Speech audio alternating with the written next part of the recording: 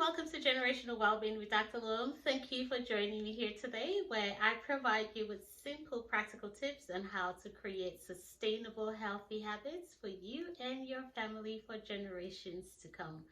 Please like, share, and subscribe. Today, I'll be giving you tips on how to create 4 healthy habits for you and your family.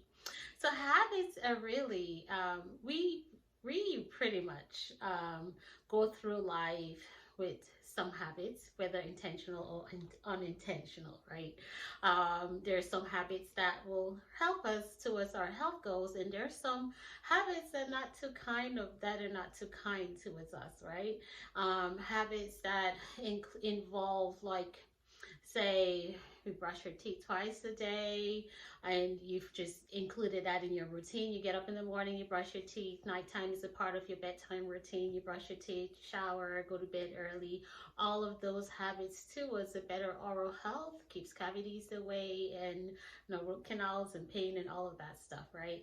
Now, there's some habits that are typically not intentionally created, however, either triggered by some event or circumstance that has led to some kind of habit that we started and we've just continued, and we're not really paying attention to how that habit is acting or affecting our overall health, right? So I am saying this because, with the recent pandemic that has led to stress, disruption of our daily routines, I have seen over this past 2 years within the pandemic that a lot of kids are now overweight, obese, more so than it was before the pandemic. I've seen a lot more kids being diagnosed with high blood pressure and with diabetes. And so today I would like to give you or bring to your awareness like 4 different habits you can now kind of intentionally create that will be beneficial to the overall health. So the first thing I'll talk about is your activity, right? There are so many benefits of activity, whether it's very rewarding in so many ways. Like, it increases your energy, you're more focused when you exercise, you're more alert, your mind is more alert, your mood is even better and stuff. So many rewarding effects of activity. Why then is it so difficult to either create a routine that will lead you to sustainable active lifestyle? One thing I would say is that, say for example, again, I'll bring you back to the pandemic. We used to be active, and then we have the stress of the lockdown. We have the stress of loss, whether it's a loss of a loved one, loss of job, just so everything is different. So the things we used to do, we're not able to do anymore, right? And then we have this behavior where, oh, I don't have to get up early to go to school. I don't have to get up early to go to work. So we end up sleeping in. Now it's just like the sleeping in. Oh gosh, yeah, that feels so good. It's rewarding. I can binge watch my movie. I can eat whatever I want to eat. And you have that immediate kind of gratification with that. But then once you start doing that over time, it's leading to the overweight, diabetes, and all of that stuff. So what I want to say is that in order to break that cycle, you have to start paying attention again to the rewards of the healthy habits. So first you have to start doing it. But in order to create it, I would say you have to find something that is personally rewarding to you. So an activity that will bring some kind of reward to you. So if you're getting into something that is like, I should go to the gym, or if you start noticing you saying things like, oh, I have to, or I should go to the gym for 2 hours a day, or I should do stuff, that's telling me that that's not really at a higher level of your values. And when you start doing things because you think you should do, those are typically not sustainable. So what I would recommend is start with something you love doing. Say, I will give you an example for myself. When I started on an app with a group of other mothers who would it was a 30-day challenge to walk slash run 20 miles. Very easy, right? So in my mind, when I had to break it down, that meant I could do 1 mile a day, and still have days here and there where I didn't have to go out and still make my goal of 20 miles for the month. Now, as I started going for that morning walk slash run, I started paying attention to how my body felt after that. I was more energetic at work. I was like on point or very focused. I was, doing what I needed to do. So it actually saved me time. So overall, so even after that 1 month period, what I started paying attention to more so was how I felt after the walk, or how my days went if I went out for a walk and stuff. And that didn't have to, usually a 1 mile walk will not take you more than 15 minutes, or walk slash run, like fast walking and stuff, should not take more than 15 minutes. So it's not something where you have to say, oh, I'm going to have to invest this. But when you start paying attention, 15 minutes in the morning will save you so much time with doing your work a bit faster, leaving work on time, and that will overall save time, improves your mood, improve everything, especially with the pandemic and stuff. So find something that is rewarding to you. And walking outside is a thing for me. Oh, another thing I'll say is that sometimes when you start doing that, with the weather changes outside as it's getting colder, I found myself making excuses, or trying to make excuses for the weather. Then I came across this, someone said, there's no such thing as a bad weather, it's only bad clothing.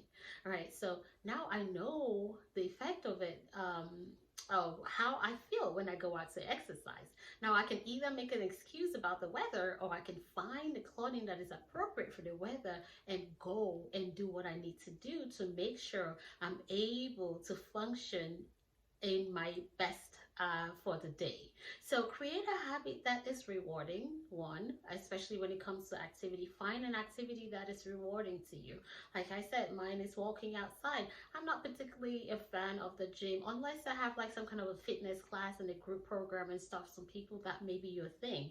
Or it could be like a dance. I've seen a lot of kids who really enjoy dancing. I really encourage them to do that. Like, do whatever is really rewarding to you, because if you have that reward, or you pay attention to that reward, you're more than likely to do it and continue doing it. All right, so the second thing I'll talk about is eating, right? Oh gosh, with eating, it's so easy. It's just so easy to drive up to the drive-through and just grab fast food for you and the family, especially after long days of work. It's like, I'm tired, I'm exhausted, I don't have time to get in that kitchen and cook, so we're just going to do the fast food. But when you do that and you realize it's an easy way to do that, you don't have to go through the stress of putting food together. You're giving the kids what they want to eat anyway, so it's like a win-win situation, right?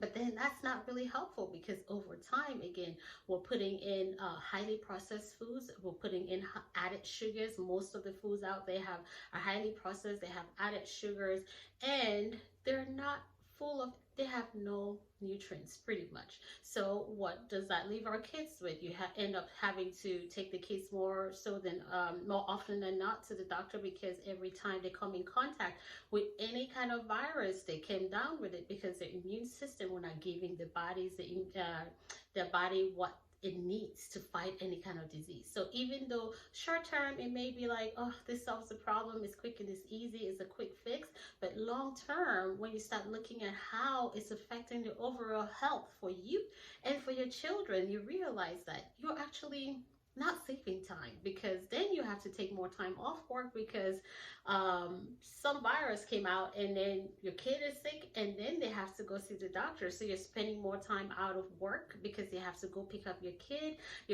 Or for yourself, if you come down with an illness and stuff, you're fatigued, you're not as energetic, you have this brain fog and stuff like that. So how would you start doing that? Again, start paying attention at how the foods you eat make you feel. So once you start paying attention to how the food makes you feel, there's certain foods that will make you like, oh yes, I ate that big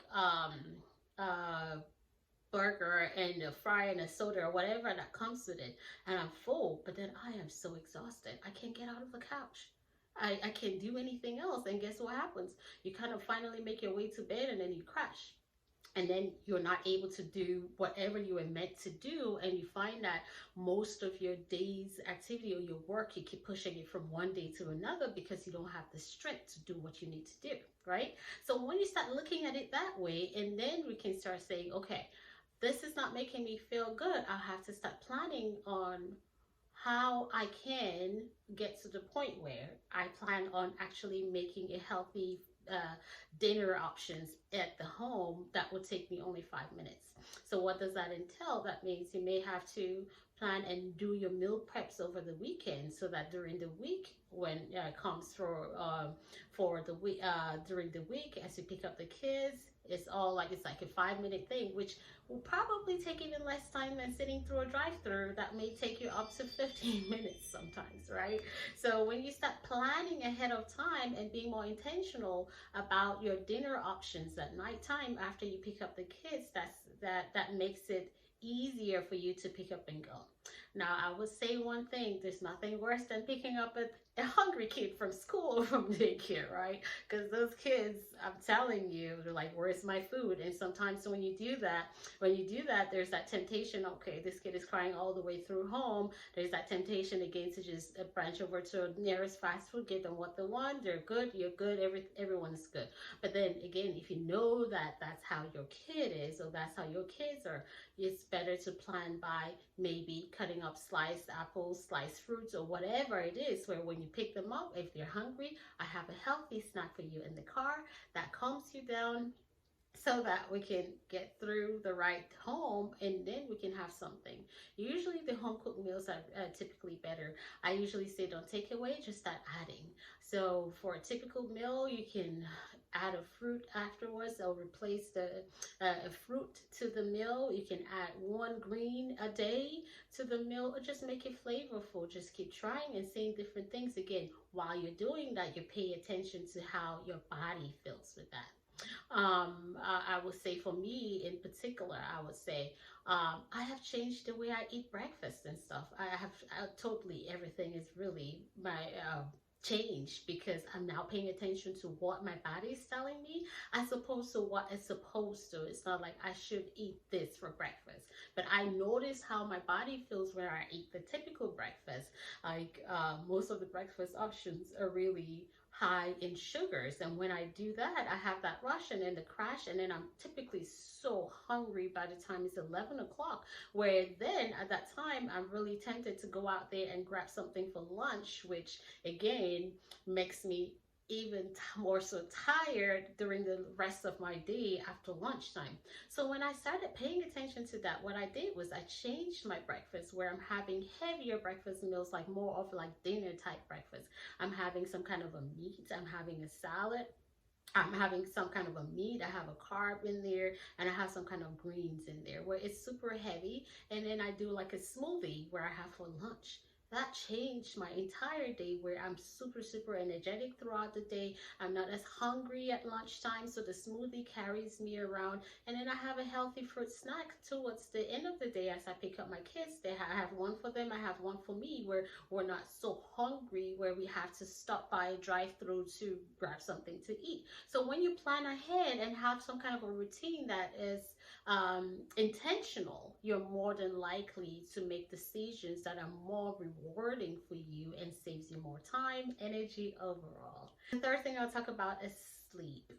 Recently, especially with social media, especially with so much going around, we have access to everything around us at every time, which sometimes, especially with our teenagers, it's hard to just shut it down and go to sleep. And we all know the benefits of sleep.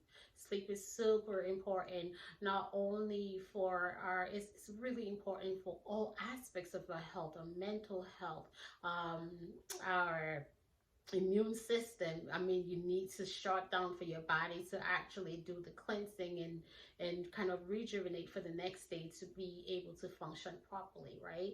I've seen a lot of kids who without sleep, they're super hyperactive, ADHD like symptoms because of lack of sleep. So sleep is really important. But But if we don't prioritize it, a lot of times we think we're getting away with it. But overall, when you look at your day, you can tell you can have headaches, you're sluggish, and stuff like that. So I would say with sleep in particular, that's one of the hardest habits to break, I've noticed.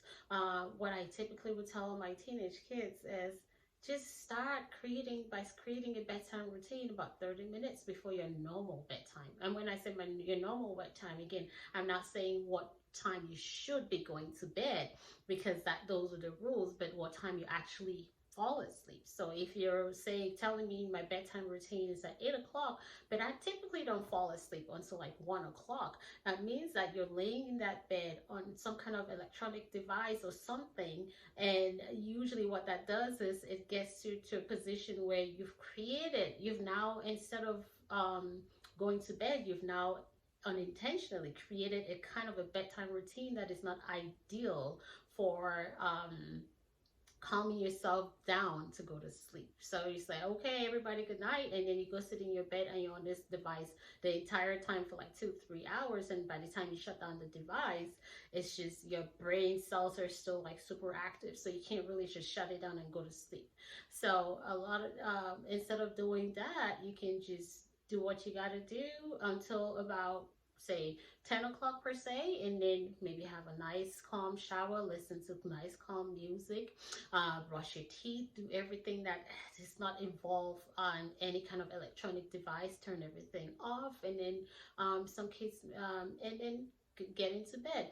Now, the first day, it may be difficult, but the key is consistency. As you keep doing that each day, eventually your body adjusts to it. And once you start getting more sleep, you're going to start feeling better. Your body, again, pay attention to how your body feels when you wake up in the morning. I've seen a lot of kids who wake up in the morning. Every day I wake up in the morning with a headache. Most of the time it's typically due to a lack of sleep. That's the problem. So let's make sure we're creating a new habit where our sleep is concerned.